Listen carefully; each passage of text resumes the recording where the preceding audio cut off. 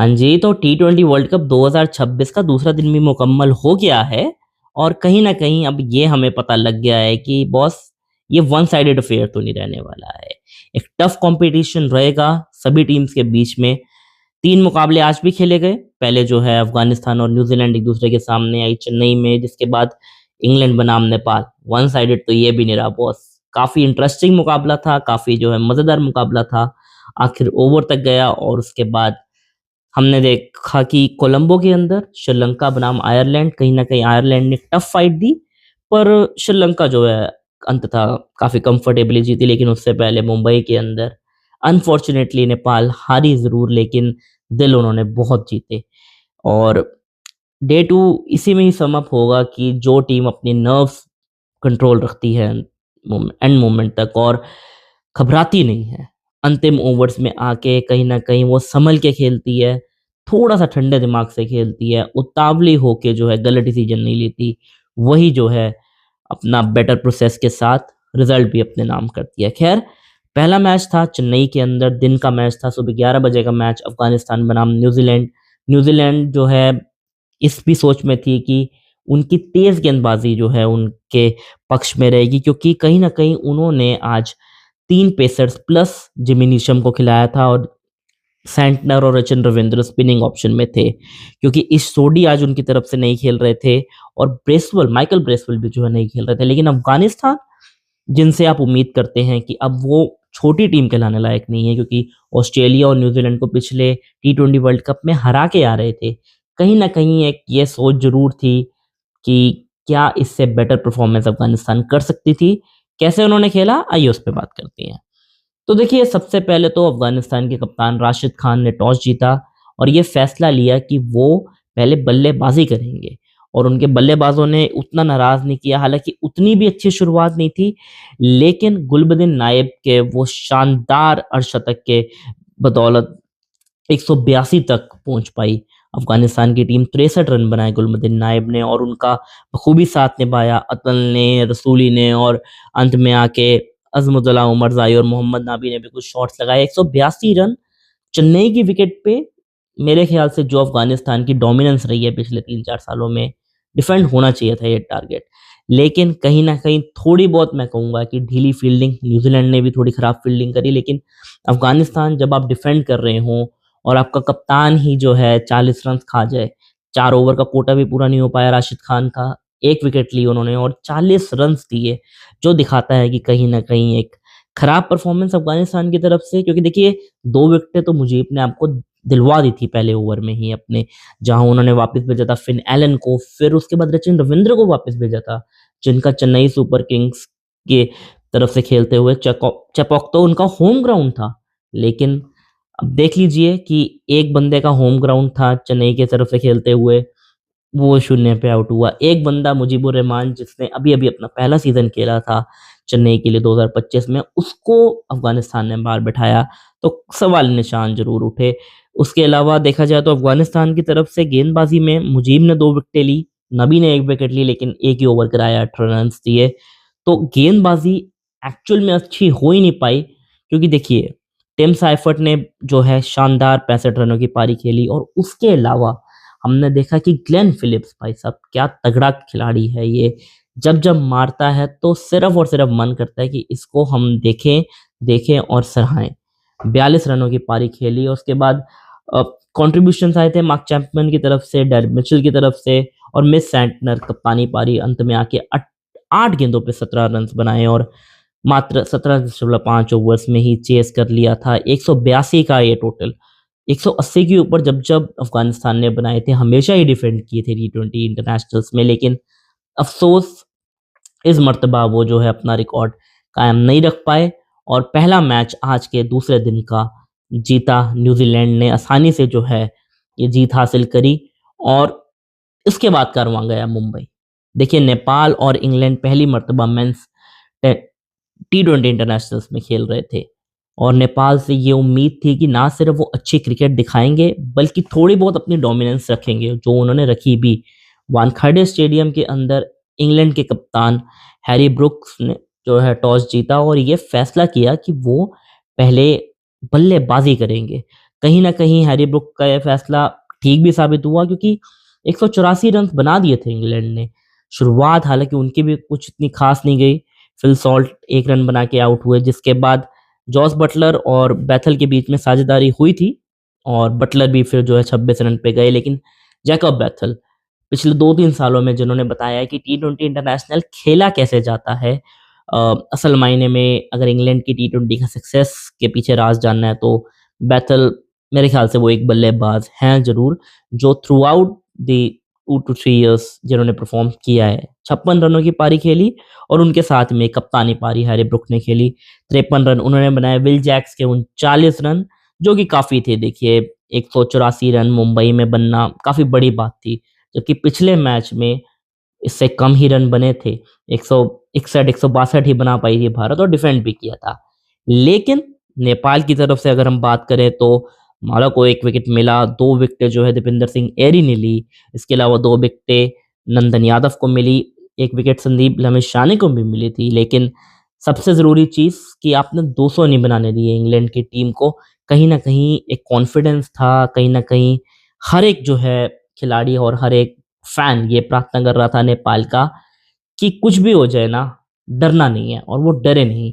लेकिन जब 185 run Chase करने के लिए आए, तो शुरू में जो है उम, कहीं न कहीं आसिफ शेख की जल्दी विकेट गिरी। लेकिन उसके बाद हमने देखा कि एक भी खिलाड़ी जो है, वो सिंगल डिजिट के अंदर आउट नहीं हुआ। हर एक खिलाड़ी ने अपनी अच्छी स्टार्ट ली, लेकिन उस अच्छी स्टार्ट को कोई बड़ी स्टार्ट में कन्वर्ट नहीं कर पाया। सबसे पहले तो अगर देखें तो लेखा-जोखा कुशल भुट्टल 29 रन बना के आउट हुए। रोहित पुडिल जिन्होंने 39 रन की कप्तानी पारी खेली। उसके बाद दीपेंद्र सिंह ऐरी एक ऑल-राउंड परफॉर्मेंस 44 रन की उन्होंने भी तो पारी खेली। लेकिन अंत में आते-आते लोकेश बाम 39 रन उन्होंने भी बनाए लेकिन अपनी टीम को जो है फिनिशिंग लाइन क्रॉस नहीं करवा पाए। सैम करन ने आखिरी ओवर डाला, 10 रन उसमें बचाए और मैन ऑफ द टूर्नामेंट थे यार 2022 के टी20 वर्ल्ड कप में। तो जिन कंडीशंस में इतनी अच्छी परफॉर्मेंस उन्होंने करी थी अ, इंडियन कंडीशंस ऑस्ट्रेलिया में इतनी अच्छी परफॉर्मेंस करी थी, तो इंडियन कंडीशंस में तो बखूबी जो है गेंदबाजी करना भी जानते थे। आईपीएल में काफ़ी उनके पास एक्सपीरियंस था। कितनी विकेटें ली? आइए नज़र डालते हैं उसके ऊपर। सैम करन ने 1 विकेट लेके 27 रन्स दिए 4 ओवर्स में। डॉसन ने भी 2 विकेट ली और 21 रन दिए, लेकिन जोफ्रा आर्चर जिनके 4 ओवर में 42 रन पड़े और मेरे ख्याल से वो एक टर्निंग पॉइंट था, जब नेपाल अपनी तरफ पूरी तरीके से वो मैच खींच लाई थी एक समय पे। 9 गेंदों पे 13 रन्स चाहिए थे और जब हाथ में आपके ऐसे 5 विकेटें हों, 4 विकेटें हों या 6 विकेटें भी हों, आप जीतते हैं ये मैच। ये मैच नेपाल को जीतना चाहिए था। कहीं न कहीं देखिए अब जो पिछले साल भी या फिर कहीं 2024 में ख़ासकर टी20 वर्ल्ड कप के अंदर जब 1 रन से वो हारे या 4-5 रन से वो हारे बांग्लादेश के विरुद्ध, साउथ अफ्रीका के विरुद्ध, तो फिनिशिंग लाइन क्रॉस नहीं कर पा रहे थे। लेकिन वेस्ट इंडीज़ के विरुद्ध जो हाल ही में यूएई के अंदर वो सीरीज़ हुई थी, बायलैटरल सीरीज़ 2-1 से उन्होंने हराया था। तो फिनिशिंग लाइन वो क्रॉस करना जानते हैं। बस फ़र्क मैं समझता हूँ इतना ही है कि कहीं न कहीं उनको वो एक एक्स्ट्रा कॉन्फिडेंस चाहिए। अंत में आके फिनिशिंग लाइन क्रॉस करने का वो मादा चाहिए और मैं इतना बोलूँगा कि इनके साथ बीसीसीआई जो है रेगुलरली चले, इनको पूरा सपोर्ट दे क्योंकि देखिए एक अच्छे पड़ोसी होने का हम यही जो है समय है हमारे पास। क्योंकि बांग्लादेश और पाकिस्तान के साथ तो इतनी अच्छी बीसीसीआई की बन नहीं रही है। तो मेरे ख़्याल से नेपाल क्रिकेट बोर्ड का हम साथ दे सकते हैं और जितना आप इनके साथ देंगे उतना ये ग्रो करेंगे और पूरी-पूरी विशेज़ है मेरी तरफ से नेपाल क्रिकेट फैन्स के लिए। देखिए बुरा तो लग रहा है, लेकिन इस बुरा लगने को आप अच्छे लगने में जो है कन्वर्ट कीजिए। जैसे अफ़गानिस्तान ने भी जो है 2016 में नेपाल माफ़ कीजिएगा 2016 में नागपुर में जो है एक मैच जीता था, वेस्ट इंडीज़ को हराया था जो कि उस समय की टी20 वर्ल्ड कप चैंपियंस थी। तो कहीं न कहीं ऐसी ही परफ़ॉर्मेंस नेपाल को देनी पड़ेगी आने वाले मैचेस में। उसके बाद कारवां ये गया कोलंबो के अंदर और वहाँ पे जाके तो भाई श्रीलंका अपना पहला होम मैच खेल रही थी। पहला ही मैच था उनके लिए इस टी20 वर्ल्ड कप में और 20 रनों से मात दी उन्होंने प्रेमदासा स्टेडियम के अंदर आयरलैंड को। लेखा-जोखा इस मैच का कुछ ऐसा था कि टॉस की बात करें तो टॉस आज के दिन जीता था आयरलैंड ने और फैसला किया था कि वो गेंदबाज़ी करेंगे। कहीं न कहीं ये फैसला उनके लिए घातक साबित हुआ। 20 रनों से पॉल स्टर्लिंग की ये टीम हारी और एक बार ये लेखा-जोखा देखें तो श्रीलंका के लिए स्टार्ट उतना भी कुछ ख़ास नहीं था। मिडल ओवर्स में तो ख़ैर बाउंड्री नहीं आई थी।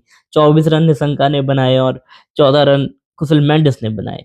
लेकिन माफ़ कीजिएगा, कमिल मशारा ने जो है 14 रन बनाए, लेकिन कुशल मेंडिस के 56, जिसके बदौलत जो है वो फाइट कर पाई श्रीलंका की टीम बनाम आयरलैंड, क्योंकि एक बार लग रहा था कि आयरलैंड शायद इस मैच को निकाल जाए।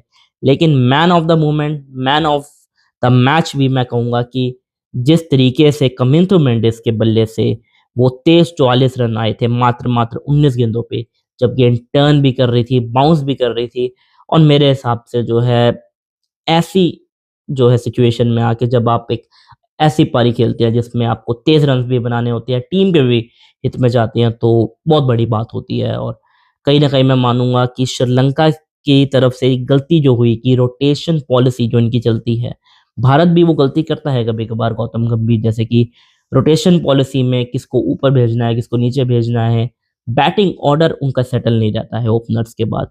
तो इसके ऊपर काम करना पड़ेगा। दासन शानका जो कि कप्तान है इस टीम के, वो अगर थोड़ा और ऊपर आए, तो हो सकता है ये जो आज के दिन 163 बने श्रीलंका के, वही 180-185 बन सकते थे। तो वहीं आयरलैंड की बात करें तो गेंदबाजी में इनकी तरफ से बैरी मैकार्थी ने 2 विकेटें ली और 2 विकेटें ही डॉक्टरेल को मिली, 1-1 विकेट मार्क डायर और उनके साथ में डेलनी को मिली थी।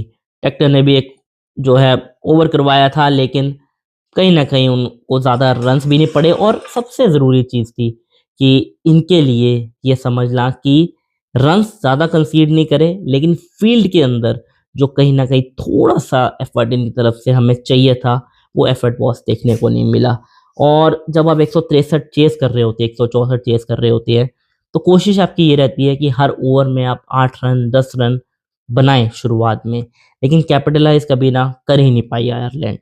बात करें क्योंकि श्रीलंका की तरफ से तीक्ष्णा ने 3 विकेटें ली, पाथिराना ने 2 विकेट ली और चमीरा ने भी जो है 1 विकेट ली, लेकिन वेंडु हसरंगा जिन्होंने 3 विकेट्स ली, थोड़े बहुत जो है उनको क्रैम्प्स भी आए थे, स्ट्रगल भी कर रहे थे, और जिसके चलते हमने देखा कि आयरलैंड के बल्लेबाजों को भी स्टार्ट मिला। हैरी टेक्टर ने 40 रन बनाए, 34 रन जो है सबसे ज़रूरी कि ओपनिंग पे आए रॉस अडायर ने भी बनाए। उसके अलावा ज़्यादा किसी को बारी भी नहीं मिल पाई। पॉल स्टर्लिंग कप्तान जिन्होंने 6 रन्स बनाए, और अनफॉर्चुनेटली वो ज़्यादा रन्स बना नहीं पाए, जिसके चलते आयरलैंड जो है 143 रनों पे ही ऑल आउट हो गई और पहला मैच अपना जीता श्रीलंका ने। एक शानदार जीत उनको मिली, और मेरी तो देखिए पूरी यही उम्मीद है कि श्रीलंका बस ऐसे ही परफ़ॉर्म करती रहे, तो सुपर 8 में तो जाएगी ही जाएगी, क्या पता टॉप 4 में भी चली जाए। और इसी के साथ मैं कहूँगा कि आज के दिन में हमें यही सीखने को मिला है, यही देखने को मिला है कि कोई भी टीम छोटी या बड़ी नहीं है, आपको अपनी नर्व्स पे कंट्रोल करना है, और जो भी टीम अंतिम क्षणों में जो है वो नर्व्स पे कंट्रोल करेगी, अंतिम क्षणों में आके जो है बेटर परफ़ॉर्म करेगी और प्रेशर सिचुएशन में अच्छा खेलेगी, वही जो है जीत सकती है। लेकिन किसी भी फैन को नाराज़ होने की जो ज़रूरत नहीं है, क्योंकि कोई भी टीम अभी तक ऑफ़िशियली बाहर नहीं हुई है और कोई भी टीम ऑफ़िशियली क्वालीफाई नहीं हुई है। आने वाले मैचेस की बात करें तो तीसरा दिन कल कोलकाता के अंदर स्कॉटलैंड और इटली आपस में भिड़ेंगे। उसके बाद जो है ज़िम्बाब्वे बनाम ओमान खेला जाएगा कोलंबो के अंदर दोपहर को, और अहमदाबाद नरेंद्र मोदी स्टेडियम में साउथ अफ्रीका बनाम कनाडा का भी मैच खेला जाएगा। तो देखना मत भूलिएगा, और अगर अब तक आपने डीएसके क्रिकेट चैनल को सब्सक्राइब नहीं किया है तो यार कर लो सब्सक्राइब। ऐसी ही आपको अपडेट्स मिलेंगी। उसके अलावा कोई और सजेशन है या किसी खिलाड़ी के बारे में कोई और बात है, तो आप बिल्कुल लिख सकते हैं कमेंट में। तब तक के लिए इजाज़त दीजिए, अपना ध्यान रखिए। डीएसके क्रिकेट चैनल को सब्सक्राइब ज़रूर कर लीजिए। जय हिंद, जय भारत।